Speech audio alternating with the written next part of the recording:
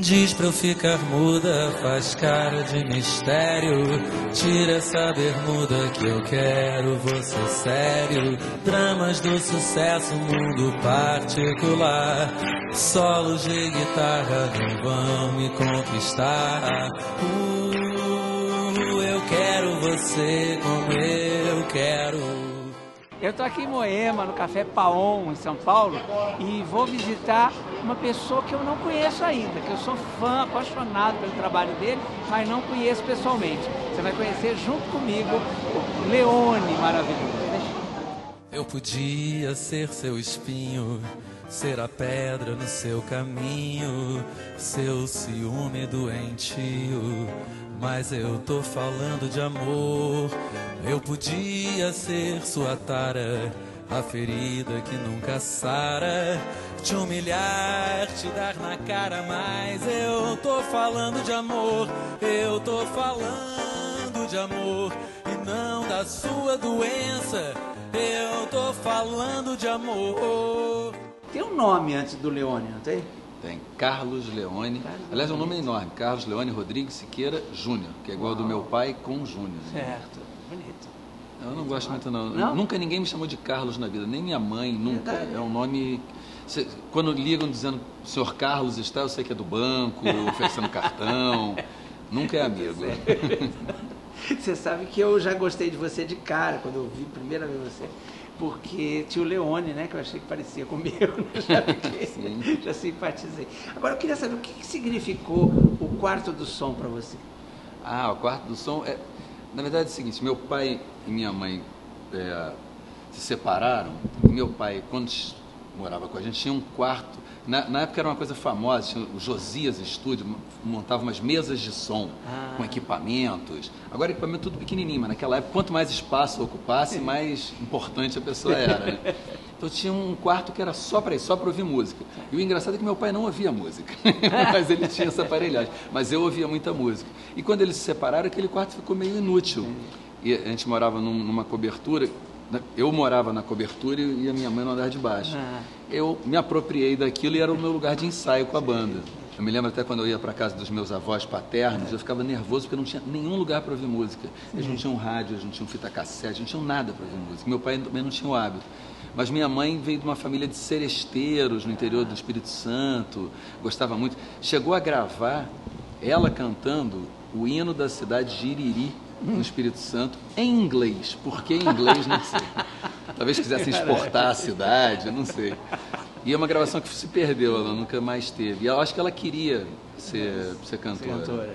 Então ela ouvia muita música. Eu aprendi com ela a ouvir Elis Regina, Jair Rodrigues, ela ouvia muito Frank Sinatra. Eram cantores da época dela, assim, e passei a gostar muito de música por conta disso. Agora, Leone, normalmente quando as pessoas começam a contar uma história, né, da sua vida e tal, sempre tem uma história triste, que nasceu, que não tinha o que comer, a sua história não é nada disso, né? Não. Você sempre foi um menino de classe média alta e isso não te atrapalhou a ser sensível e compositor, né? Não, eu acho que até uma característica da minha geração, né? Você pegar... o pessoal da Legião, filhos de embaixadores, e o do Capital eram professores universitários. Então, eu acho que também era um tipo de interesse... Anos 80, anos né? 80, exatamente. Era gente ligada em literatura, em cinema, em artes, e que tinha informação que vinha de fora, que era uma coisa cara. Hoje em dia você pode ouvir qualquer coisa na internet. Naquela época, se quisesse ouvir uma banda estrangeira, tinha que saber alguém que ia para os Estados Unidos para comprar o disco, para trazer... ou então comprar o disco importado. Então a gente tinha essa informação chegando, porque a gente tinha possibilidade, tinha meios de ter acesso a ela, né? E isso não incomodava, né? Quer dizer, porque parece uma época que parecia que era um defeito você ter uma vida um pouco melhor e tal, né? Pelo menos a gente vê em alguns programas aí, sempre tem uma história triste para contar. Não, você não, né? Você é um menino que teve uma infância bacana, tranquila. Tranquilo. O que eu acho que acontece, na nossa época, era incomum que alguém que tivesse meios e posses fosse ser artista. Era muito mal visto ser artista. Hoje em dia já nem tanto, mas quando eu decidi fazer música foi um horror na minha casa.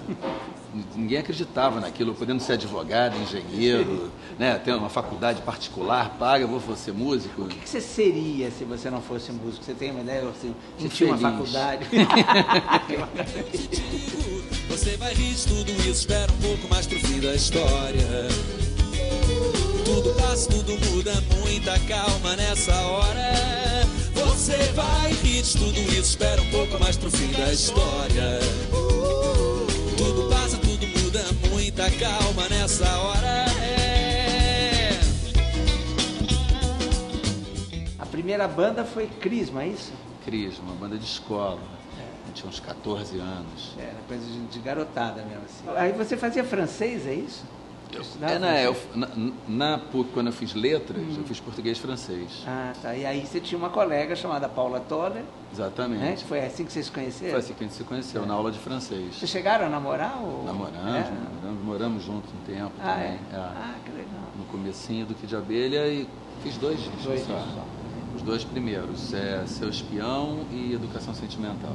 E diz que o primeiro show foi um sucesso já no Circo Voador, é isso? O Circo Voador tinha uma coisa muito bacana que aceitava que qualquer banda fosse lá tocar. E a gente não precisava ter um repertório muito grande, porque eram várias atrações no mesmo dia. Eu me lembro que a gente tocou no mesmo dia que o Macalé, o Zé da Gaita, que é um cara que tocava blues, e mais algumas atrações. Então a gente tinha 6 músicas ensaiadas e foi isso que a gente tocou. Foi o nosso show. Aí foi legal, porque essas estavam bem ensaiadas, estavam bacanas, mas ainda assim com muita reverência ali, porque o Macalé eu assistia os shows dele, eu era fã, então a gente estava bastante nervoso. Nossa, mas aí que foi um sucesso porque já estava tocando nas rádios. Já estava tocando na Rádio Fluminense. Foi uma conjunção muito bacana naquele começo dos anos 80, que tinha a Rádio Fluminense para divulgar a gente, né, pelo menos no Rio de Janeiro, tinha o Circo Voador para a gente se apresentar, e aí a gente podia construir um público a partir disso, né. E aí você ficou então casado um tempo com a Paula, aí não foi por isso que a banda acabou? Não, a gente separado ainda compôs o segundo disco, gravou o segundo disco e foi para a turnê. Aí eu descobri que você tem 2 paixões em comum comigo, a Paula Toller, e depois você namorou a Fabiana Kerlakian, que é minha grande amiga, uma querida. Eu fui casado durante um tempo com ela. E aí foi por isso que a banda acabou? Foi um desentendimento entre os namorados, é isso? Não. Esse foi, na verdade, foi o dia que aconteceu uma certa confusão, mas que já foi resultado de uma tensão interna, porque eu tinha dito que ia sair da banda. Eu tinha montado os Heróis da Resistência como um projeto paralelo. O Kid de Abelha tinha um problema para mim, que era... quando montei o Kid de Abelha, eu tocava baixo, mas não conseguia cantar e tocar baixo ao mesmo tempo. Por isso eu chamei a Paula para cantar. Entendi. Quando eu consegui, finalmente, agora eu posso tocar baixo e cantar, a Paula já era a cantora da banda. Não tinha como trocar a Paula. Tá bom, obrigado, Paula, valeu, vai embora que agora eu vou cantar. Então eu montei uma outra banda para poder cantar minhas músicas. E passei a me interessar muito por isso. E aí teve uma hora que eu falei, não, eu quero fazer os Heróis da Resistência. E aí as tensões ficaram muito grandes dentro da banda, eles sem saber o que iam fazer, porque as composições eram minhas ou minhas com a Paula. Entendi. A Paula quase não compunha com o Jorge, não tinha essa parceria, como é que eles iam compor? E aí... eu falei isso num determinado momento, um pouco depois a gente teve esse show na Lagoa. Era um show do Léo Jaime? Era um show com muita gente, a gente já tinha tocado, era um show de rádio, desse que tem muitas atrações, a gente já tinha tocado, aí o Léo chamou, ele já sabia dessa coisa toda e meio comprou a briga do Kid de Abelha. Entendi. E chamou todo mundo para cantar a Fórmula do Amor, que é uma música minha com ele, e não me chamou. E aí eu fiquei muito chateado com aquilo, e percebi que ele já tinha uma dissidência muito forte, né? E ainda tinha os problemas pessoais e tudo mais, aí rolou um barraco público, que ficou famoso da pandeirada, né? Que foi a Paula veio tomar satisfação, não sei o quê, eu tentei afastar porque tinham jornalistas e não sei o quê, puxei ela, quando eu soltei, ela achou que eu estava, sei lá, fazendo alguma coisa, me mexeu com a mão, mas ela estava com um pandeiro na mão e me acertou. Cara, aí isso virou o evento da pandeirada. Mas aí isso só deixou claro que não dava para eu continuar ali, quer dizer, que as tensões já estavam muito fortes, não tinha nenhum prazer da gente estar junto ali, já estava meio desgastado e aí eu saí. Nessa fase, além de Fixação, quais foram os outros grandes sucessos? Olha, o Kid de Abelha gravou disco numa época que as rádios tocavam tudo, não tinha essa coisa de uma música só. Foi trabalho. Então, do primeiro disco, tocaram 7 músicas. Teve Como Eu Quero, Fixação, Pintura Íntima, Seu Espião, nem lembro as outras que tocaram, mas depois ainda veio Lágrimas e Chuva. Será que existe alguém com algum motivo importante que justifique a vida, ou pelo menos esse instante? Eu vou contando as horas e fico ouvindo passos.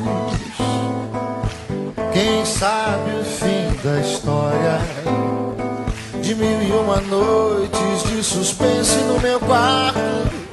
Eu vou contando as horas e fico ouvindo passos. Quem sabe o fim da história?